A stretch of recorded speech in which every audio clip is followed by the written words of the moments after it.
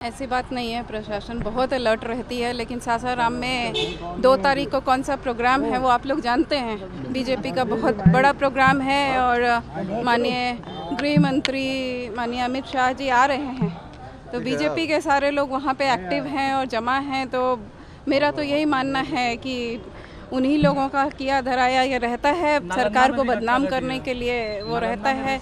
नालंदा की जानकारी मुझे नहीं है, लेकिन सासाराम की जानकारी मुझे अभी है, इसलिए मैं उसके बारे में बता रही हूँ। और ये होता रहा है, बीजेपी तो उकसाती है, सांप्रदायिक दंगे करवाना तो उनका काम ही है, तो वो करवा रहे हैं। और वो परसों की तैयारी में सारी बीजेपी वहीं इकट्ठी है और हर जगह से लोग जा रहे हैं वहाँ पे।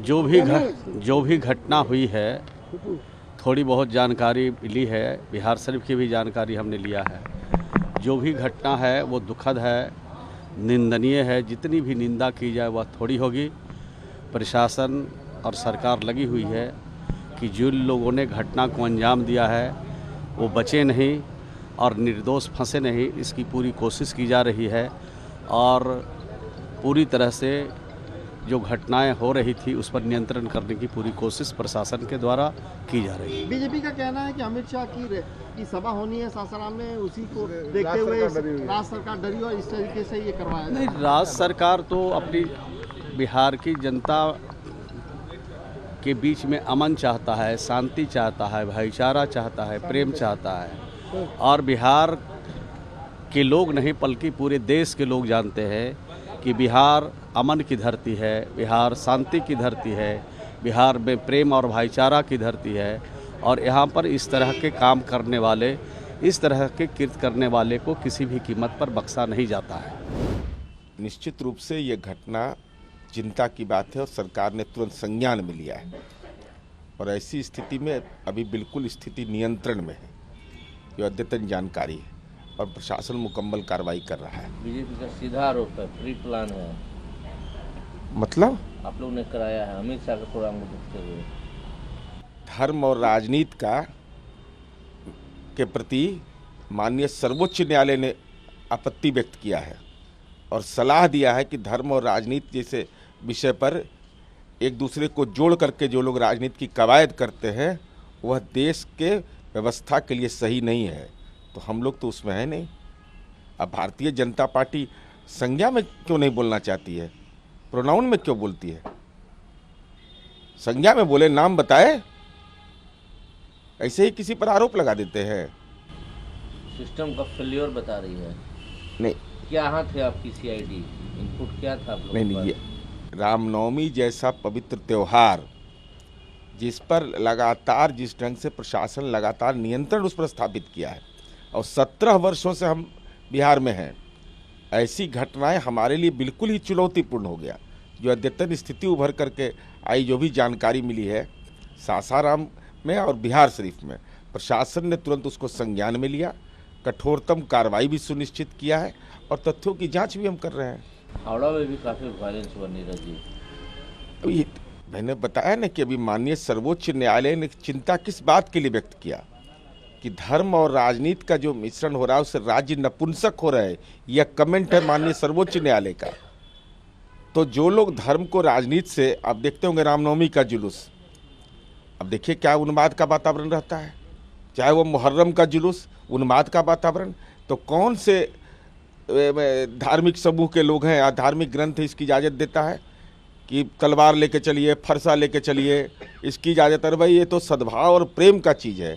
राम तो रहीम, इस साझी संस्कृति को अगर स्वीकार राजनीतिक दल के लोग नहीं करेंगे, अगर ऐसी घटनाओं को राजनीति के चश्मे से देखेंगे तो यह दुखद है, पीड़ाजनक। वेस्ट बंगाल के गवर्नर ये कहा है कि हनुमान जी ने तो धर्म के लिए आग लगाई थी, लेकिन जो लोग धर्म के लिए आग से खेल रहे हैं उनको आग उगलने के लिए तैयार रहना होगा। भाई, हनुमान जी ने धर्म के लिए आग लगाया ही तो हम लोग नहीं देखे, लेकिन परम विश्वास है कि बजरंगबली वीर बंकनाथ है। लेकिन यह भी सच है कि जो लोग राजनीति में धर्म का इस्तेमाल करके आग लगाते हैं, जो कितने लोग जेल की सलाखों के अंदर में कानून के जकड़न में हैं, तो ऐसे लोगों पर नज़रिया पेश करना चाहिए। नई घटना कहा जाए कि है नहीं है, देश भर के कई इलाकों में हुआ है। और जब जब ये इस तरह का पर्व आता है, जुलूस निकलता है, जुलूस का जो रूट होता है वो रूट से अलग हो करके जुलूस वाले जो है घुसते हैं, माने इस तरह का प्रोवोकेटिव नारा लगाते हैं, जिसके वजह से जो है तनाव पैदा होता है और इस तरह की घटना जो है होती है। अब देखिए हावड़ा में भी इसी ढंग से हुआ, सासाराम में दिन में ही हो गया, बिहार शरीफ में रात में जो है हुआ, लेकिन दोनों जगहों पर प्रशासन ने बहुत प्रॉम्प्टली एक्शन लिया और उसका नतीजा ये हुआ कि नुकसान कम से कम हुआ और कहीं जो है लोगों को चोट आई है, लेकिन कहीं से ऐसी कोई खबर नहीं आई है कि बहुत फैटल किसी को इंजरी हो जिसके चलते लोगों को माने जान का नुकसान हुआ हो। तो ये हुआ है। और देखिए ये भी एक रहस्य है कि सासाराम में अमित शाह जी का प्रोग्राम है, दूसरा उनका कार्यक्रम जो है बिहार शरीफ के ही बगल में नवादा है, वहाँ कार्यक्रम है। तो इनके आने के पहले दोनों जगह पर इस तरह की घटना जो है उसका कोई संबंध है क्या, ये भी देखने की बात है। क्योंकि मैंने सासाराम में भारतीय जनता पार्टी के लोग अमित शाह के कार्यक्रम को सफल बनाने के लिए काफ़ी सक्रिय वहाँ थे और उसके 2 दिन के बाद जो है इस तरह की घटना हो गई, इसको भी देखने की बात है। तो अमित शाह जी गृह मंत्री हैं, उनको उनके दायित्व है कि देश में अमन चैन बना रहे, शांति कायम रहे, भाईचारा रहे, ये देखना उनका काम है।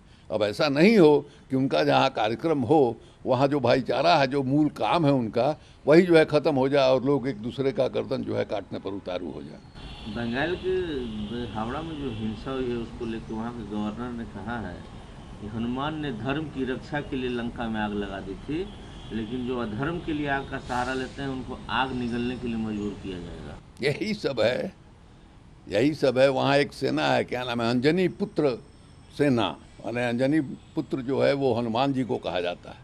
तो उनके नाम पर एक सेना बना हुआ, वो सेना ने भी जुलूस निकाला था।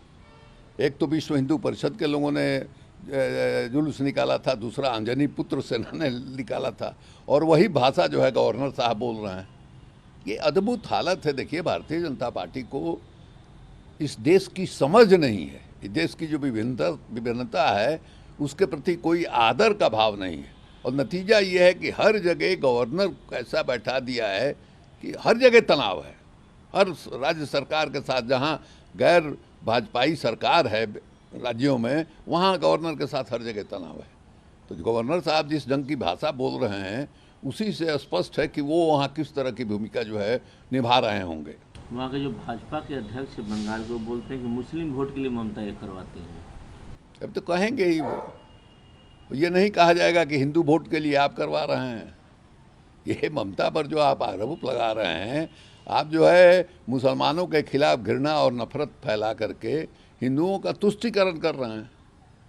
आप जो है उसका एक वोट बैंक बना रहे हैं और आपका वोट बैंक जो है इनके वोट बैंक से बड़ा है।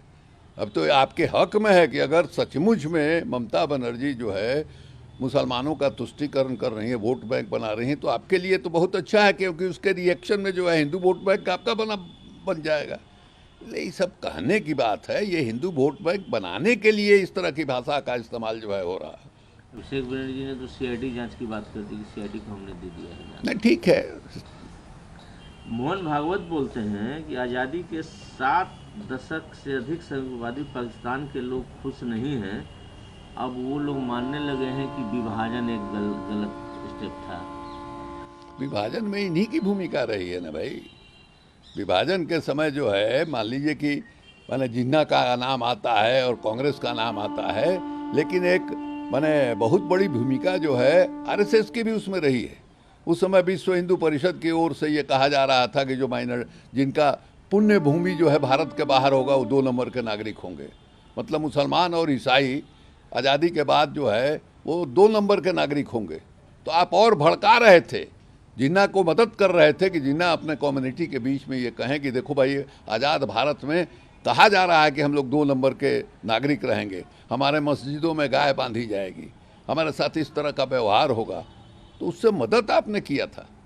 तो आप अभी भी एक दूसरा विभाजन आप करना चाहते हैं। आप जिस ढंग से उपद्रव कर रहे हैं पूरे देश में और माइनॉरिटी कम्युनिटी को अलग थलग कर रहे हैं, हम ये नहीं कह रहे हैं कि माइनॉरिटी कम्युनिटी में सारे के सारे लोग जो है वो बहुत ही भद्र होंगे और सारे के सारे लोग उदार होंगे, वहाँ भी कट्टरपंथ है। लेकिन उसके चलते जो है हम एक दूसरा विभाजन जो है देश का नहीं ना कराना चाहेंगे। आप जो है हिंदू राष्ट्र बनाने की बात कर रहे हैं, देखिए खलिस्तान की मांग उठने लगी, द्रविस्तान की मांग उठ सकती है। तो इसलिए इस देश में जो विविधता है उसकी रक्षा करके, उसके प्रति सम्मान करके ही आप देश का शासन चला सकते हैं।